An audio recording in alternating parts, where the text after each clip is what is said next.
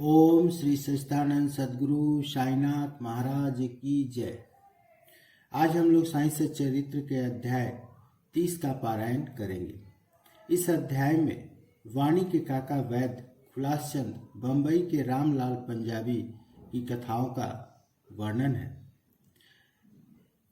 इस अध्याय में यह बतलाया गया है कि 3 अन्य भक्त किस प्रकार शिरडी की ओर खींचे गए, जो बिना किसी कारण भक्तों पर स्नेह करने वाले दया के सागर हैं तथा निर्गुण होकर भी भक्तों के प्रेम वश ही जिन्होंने स्वेच्छापूर्वक मानव शरीर धारण किया, जो ऐसे भक्त वत्सल्य हैं कि जिनके दर्शन मात्र से ही भवसागर के भय और समस्त कष्ट दूर हो जाते हैं, ऐसे श्री साईनाथ महाराज को हम नमन करें। भक्तों को आत्मदर्शन कराना ही संतों का प्रधान कार्य है। श्री साईं जो संत शिरोमणि हैं, उनका तो मुख्य ध्येय ही यही है। जो उनके श्री चरणों की शरण में जाते हैं, उनके समस्त पाप नष्ट होकर निश्चित ही दिन प्रतिदिन प्रगति करते हैं। उनके श्री चरणों का स्मरण कर पवित्र स्थानों से भक्तगण शिरडी आते और उनके समीप बैठकर श्लोक पढ़कर गायत्री मंत्र का जाप किया करते थे। परंतु जो निर्बल तथा सर्व प्रकार से दीनहीन है और जो यह भी नहीं जानते कि भक्ति किसे कहते हैं, उनका तो केवल इतना ही विश्वास है कि अन्य सब लोग उन्हें असहाय छोड़कर उपेक्षा भले ही कर दे, परंतु अनाथों के नाथ और प्रभु श्री साईं मेरा कभी परित्याग न करेंगे। जिन पर वे कृपा करें, उन्हें प्रचंड शक्ति, नित्य अनित्य में विवेक तथा ज्ञान सहज ही प्राप्त हो जाता है। वे अपने भक्तों की इच्छाएं जानकर उन्हें पूर्ण किया करते हैं। इसलिए भक्तों को मनवांछित फल की प्राप्ति हो जाया करती है और वे सदा कृतज्ञ बने रहते हैं। हम उन्हें साष्टांग प्रणाम कर प्रार्थना करते हैं कि वे हमारी त्रुटियों की ओर ध्यान न देकर हमें समस्त कष्टों से बचा लें। जो विपत्तिग्रस्त प्राणी इस प्रकार श्री साईं से प्रार्थना करता है, उनकी कृपा से उसे पूर्ण शांति तथा सुख समृद्धि प्राप्त होती है। श्री हेमांडपत कहते हैं कि हे मेरे साईं, तुम तो दया के सागर हो। तुम ही हमारी या तो तुम्हारी ही दया का फल है जो आज यह साईं सच्चरित्र भक्तों के समक्ष प्रस्तुत है। अन्यथा मुझ में इतनी योग्यता कहाँ जो ऐसा कठिन कार्य करने का दुस्साहस भी कर सकता। जब पूर्ण उत्तरदायित्व साईं ने अपने ऊपर ही ले लिया तो हेमांडपत को तिल मात्र भी भार प्रतीत न हुआ और न ही इसकी उन्हें चिंता ही हुई। श्री साईं ने इस ग्रंथ के रूप में उनकी सेवा स्वीकार कर ली। यह केवल उनके पूर्व जन्म के शुभ संस्कारों के कारण ही है संभव हुआ है, जिसके लिए वे अपने को भाग्यशाली और कृतार्थ समझते हैं। नीचे लिखी कथा कपोल कल्पित नहीं, वर्ण विशुद्ध अमृत तुल्य है। इसे जो हृदय गम करेगा, उसे श्री साईं की महानता और सर्वव्यापकता विदित हो जाएगी। परंतु जो वाद विवाद और आलोचना करना चाहते हैं, उन्हें इन कथाओं की ओर ध्यान देने की आवश्यकता भी नहीं है। यहाँ तर्क की नहीं, वर्ण प्रांगण प्रेम और भक्ति की अत्यंत अपेक्षा है। विद्वान भक्त तथा श्रद्धालु जन अथवा जो अपने को साईं पद सेवक समझते हैं, उन्हें ही ये कथाएं रुचिकर तथा शिक्षाप्रद प्रतीत होगी। अन्य लोगों के लिए तो निरी कपोल कल्पनाएं ही है। श्री साईं के अंतरंग भक्तों को श्री साईं लीला कल्प तरु के सदृश है। श्री साईं लीला रूपी अमृत पान करने से अज्ञानी जीवों को ज्ञान, गृहस्थाश्रमिकों को संतोष तथा मुमुक्षुओं को एक उच्च साधन प्राप्त होता है। अब हम इस अध्याय की मूल कथा पर आते हैं। नासिक जिले के वाणी ग्राम में काका जी वैद्य नाम के एक व्यक्ति रहते थे। वे श्री सप्त श्रृंगी देवी के मुख्य पुजारी थे। एक बार वे विपत्तियों में कुछ इस प्रकार ग्रसित हुए कि उनकी चित्त की शांति भंग हो गई और वे बिल्कुल निराश हो उठे। एक दिन अति व्यथित होकर देवी के मंदिर में जाकर अंतःकरण से वे प्रार्थना करने लगे कि हे देवी, हे दयामयी, मुझे कष्टों से शीघ्र मुक्त करो उनकी प्रार्थना से देवी प्रसन्न हो गई और उसी रात्रि को उन्होंने स्वप्न में बोली कि तू बाबा के पास जा, वहाँ तेरा मन शांत और स्थिर हो जाएगा। बाबा का परिचय जानने के लिए काका जी बड़े उत्सुक थे, परंतु देवी से प्रश्न करने के पूर्व ही उनकी निद्रा भंग हो गई। वे विचारने लगे कि ऐसे ये कौन से बाबा हैं जिनकी ओर देवी ने मुझे संकेत किया है। कुछ देर विचार करने के पश्चात वे इस निष्कर्ष पर पहुंचे कि संभव है कि ये बाबा त्र्यंबकेश्वर बाबा ही हो। इसलिए वे पवित्र तीर्थ त्र्यंबक गए और वहां 10 दिन व्यतीत किए।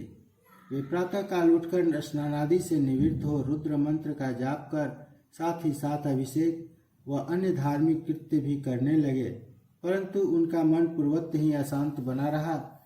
तब फिर अपने घर लौटकर वे करुण स्वर में देवी की स्तुति करने लगे। उसी रात्रि में देवी ने उन्हें पुनः स्वप्न में दर्शन देकर कहा कि तू व्यर्थ ही त्र्यंबकेश्वर क्यों गया? बाबा से तो मेरा अभिप्राय था शिरडी के श्री साईं सामर्थ्य से। अब काका जी के समक्ष मुख्य प्रश्न यह उपस्थित हो गया कि वे कैसे और कब शिरडी जाकर बाबा के श्री दर्शन का लाभ उठाए। यथार्थ में यदि कोई व्यक्ति किसी संत के दर्शन को आतुर हो तो केवल संत ही नहीं, भगवान भी उसकी इच्छा पूर्ण कर देते हैं। वस्तुतः यदि पूछा जाए तो संत और अनंत एक ही हैं और इनमें कोई भिन्नता नहीं। यदि कोई कहे कि मैं स्वतः ही आमुख संत के दर्शन को जाऊंगा तो इसे नीरे दंभ के अतिरिक्त और क्या कहा जा सकता है। संत की इच्छा के विरुद्ध उनके समीप जाकर कौन दर्शन ले सकता है? उनकी सत्ता के बिना वृक्ष का एक पत्ता भी नहीं हिल सकता। जिनकी तीव्र उत्कंठा संत दर्शन की होगी तदनुसार ही उनकी भक्ति और विश्वास में वृद्धि होती जाएगी और उतनी ही शीघ्रता से उनकी मनोकामनाएं पूर्ण भी होगी। जो निमंत्रण देता है वह आदर आतिथ्य का प्रबंध भी करता है। काका जी के संबंध में सचमुच यही हुआ। जब काका जी शिरडी यात्रा करने का विचार कर रहे थे उसी समय उनके यहाँ एक अतिथि आया, सामा के अंतरंग, जो कि सामा के अतिरिक्त और कोई न था। सामा बाबा के अंतरंग भक्तों में से थे। वे ठीक इसी समय वाणी में क्यों और कैसे पहुँचे, अब हम इस पर दृष्टि डालें। बाल्य अवस्था में वे एक बार बहुत बीमार पड़ गए थे। उनकी माता ने अपनी कुल देवी सप्तश्रृंगी से प्रार्थना की कि यदि मेरा पुत्र निरोग हो जाए तो मैं उसे तुम्हारे चरणों पर डाल दूंगी। कुछ वर्षों के पश्चात ही उनकी माता के स्तन में दाद हो गई। तब उन्होंने पुनः देवी से प्रार्थना की कि यदि मैं रोग मुक्त हो जाऊं तो मैं तुम्हें चांदी के 2 स्तन चढ़ाऊंगी। पर ये दोनों वचन अधूरे ही रहे। परंतु जब वे मृत्यु शैया पर पड़ी थी तो उन्होंने अपने पुत्र श्यामा को समीप बुलाकर उन दोनों वचनों की स्मृति दिलाई तथा उन्हें पूर्ण करने का आश्वासन प्राप्त पाकर प्राण त्याग दिए। कुछ दिनों के पश्चात वे अपनी यह प्रतिज्ञा भूल गए और इसे भूले पूरे 30 वर्ष व्यतीत हो गए। तभी एक प्रसिद्ध ज्योतिष शिरडी आए और वहां लगभग 1 मास ठहरे। श्रीमान बूटी साहब और अन्य लोगों को बतलाई उनकी सभी भविष्यवाणी प्रायः सही निकली, जिनसे सबको पूर्ण संतोष था। सामा के लघु भ्राता बापा जी ने भी उनसे कुछ प्रश्न पूछे। तब ज्योतिष ने उन्हें बताया कि तुम्हारे ज्येष्ठ भ्राता ने अपनी माता को मृत्यु शैया पर जो वचन दिए थे उनके अब तक पूर्ण न किए जाने के कारण देवी असंतुष्ट होकर उन्हें कष्ट पहुंचा रही है। ज्योतिष की बात सुनकर सामा को उन अपूर्ण वचनों की स्मृति हुई। अब और विलंब करना खतरनाक समझकर उन्होंने सुनार को बुलाकर शीघ्र चांदी के 2 स्तन तैयार कराए और उन्हें मस्जिद में ले जाकर बाबा के समक्ष रख दिया तथा प्रणाम कर उन्हें स्वीकार कर वचन मुक्त करने की प्रार्थना की। सामा ने कहा कि मेरे लिए तो सप्तश्रृंगी देवी आप ही हैं, परंतु बाबा ने साग्रह कहा कि तुम इन्हें स्वयं ले जाकर देवी के चरणों में अर्पित करो। बाबा की आज्ञा व उदी लेकर उन्होंने वाणी को प्रस्थान कर दिया। पुजारी का घर पूछते पूछते वे काका जी के पास जा पहुँचे। काका जी इस समय बाबा के दर्शनों को बड़े उत्सुक थे और ठीक ऐसे ही मौके पर सामा भी वहां पहुंच गए। वह संयोग भी कैसा विचित्र था। काका जी ने आगंतुक से उनका परिचय प्राप्त कर पूछा कि आप कहाँ से पधार रहे हैं। जब उन्होंने सुना कि वे शिरडी से ही आ रहे हैं तो वे एकदम प्रमोन्नत हो सामा से लिपट गए और फिर दोनों का श्री साईं लीलाओं पर वार्तालाप आरंभ हो गया। अपने वचन संबंधी कृत्यों को पूर्ण कर वे काका जी के साथ शिरडी लौट आए। काका मस्जिद पहुंचकर बाबा के श्री चरणों से जा लिपटे। उनके नेत्रों से प्रेमाश्रुओं की धारा बहने लगी और उनका चित्त स्थिर हो गया।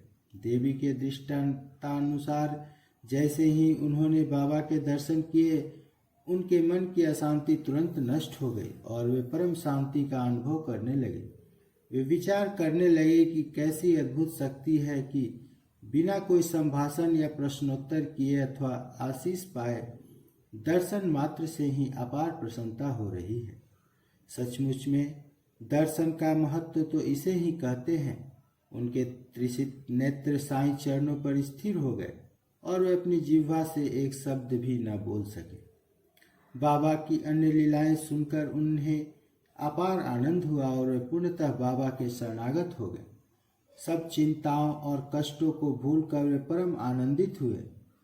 उन्होंने वहां सुखपूर्वक 12 दिन व्यतीत किए और फिर बाबा की आज्ञा, आशीर्वाद तथा उदी प्राप्त कर अपने घर लौट आए। खुलासचंद ऐसा कहते हैं कि प्रातः बेला में जो स्वप्न आता है वह बहुधा जागृत अवस्था में सत्य ही निकलता है। ठीक है, ऐसा ही होता होगा, परंतु बाबा के संबंध में समय का कोई प्रतिबंध नहीं था। ऐसा ही एक उदाहरण बाबा ने एक दिन तृतीया प्रहर काका साहब को तांगा लेकर राहता से खुलासचंद्र को लाने के लिए भेजा, क्योंकि खुलासचंद्र से उनकी कई दिनों से भेंट न हुई थी। राहता पहुंचकर काका साहब ने यह संदेश उन्हें सुना दिया। यह संदेश सुनकर उन्हें महान आश्चर्य हुआ और वे कहने लगे कि दोपहर को भोजन के उपरांत थोड़ी देर मुझे झपकी आ गई थी। तभी बाबा स्वप्न में आए और मुझे शीघ्र ही शिरडी आने को कहा, परंतु घोड़े का उचित प्रबंध न हो सकने के कारण मैंने अपने पुत्र को यह सूचना देने के लिए ही उनके पास भेजा था। जब वह गांव की सीमा तक ही पहुंचा था तभी आप सामने से तांगे में आते दिखे। वे दोनों उस तांगे में बैठकर शिरडी पहुंचे तथा बाबा से भेंट कर उन्हें बड़ी प्रसन्नता हुई। बाबा की यह लीला देखकर खुलासचंद गदगद हो गए। तृतीय कथा, बम्बई के रामलाल पंजाबी। बम्बई के एक पंजाबी ब्राह्मण श्री रामलाल को बाबा ने स्वप्न में एक महंत के वेश में दर्शन देकर शिरडी आने को कहा। उन्हें नाम ग्राम का कुछ भी पता न चल रहा था। उनको श्री दर्शन करने की तीव्र उत्कंठा तो थी ही, परंतु पता ठिकाना ज्ञात न होने के कारण वे बड़े असमंजस में पड़े हुए थे। जो आमंत्रण देता है वही आने का प्रबंध भी करता है और अंत में हुआ भी वैसा ही। उसी दिन संध्या समय जब वे सड़क पर टहल रहे थे तो उन्होंने एक दुकान पर बाबा का चित्र टंगा देखा। स्वप्न में उन्हें जिस आकृति वाले महंत के दर्शन हुए थे वे इस चित्र के ही सदृश थे। पूछताछ करने पर उन्हें ज्ञात हुआ कि यह चित्र शिरडी के श्री साईं सामर्थ्य का है। और जब उन्होंने शीघ्र ही शिरडी को